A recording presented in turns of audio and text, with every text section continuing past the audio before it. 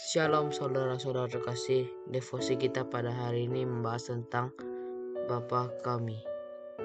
Marilah kita membaca dari Mazmur 111 ayat 1 sampai 10. Psalms chapter 111 verse 1 to 10.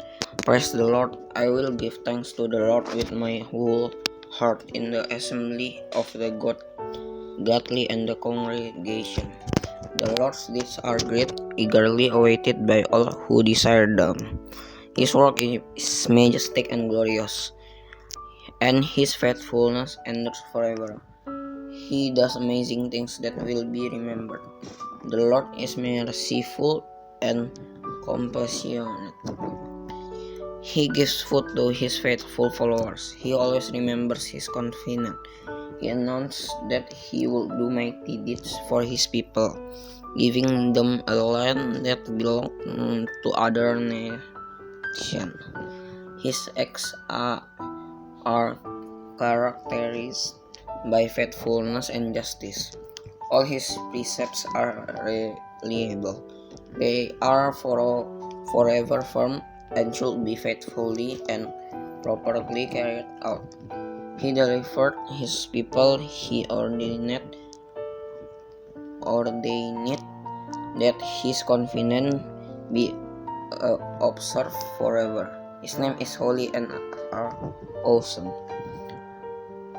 To obey the Lord is the fundamental principle for wise living. All who carry out His precepts acquire good moral insight.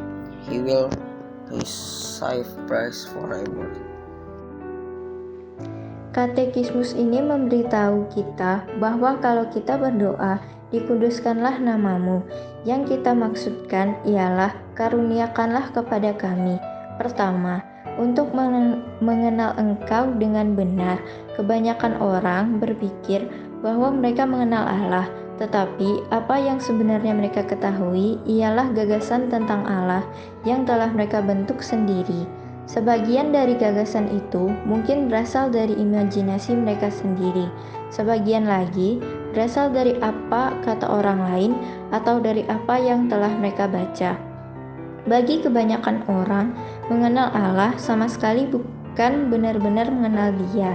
Benar-benar mengenal Allah adalah mengenal Dia sebagaimana Dia telah menyatakan dirinya di dalam firman-Nya dan di dalam karya-karyanya. Setiap orang dapat mengetahui sesuatu tentang Allah dari memandang ciptaan Allah di sekelilingnya.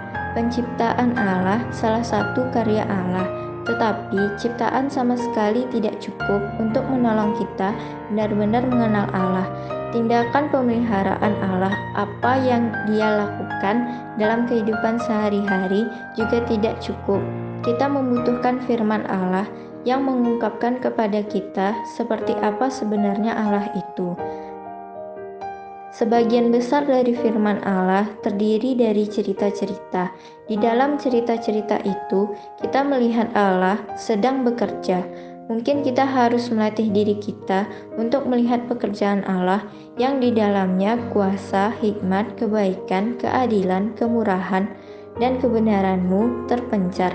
Ketika kita membaca cerita Alkitab, orang cenderung berfokus pada karakter manusia di dalam cerita-cerita itu dan bertanya pada diri sendiri, bagaimana orang itu dapat menjadi teladan dari apa yang harus atau tidak boleh saya lakukan.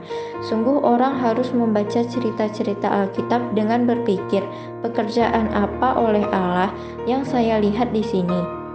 Karakternya yang mana yang terpencar dari cerita ini?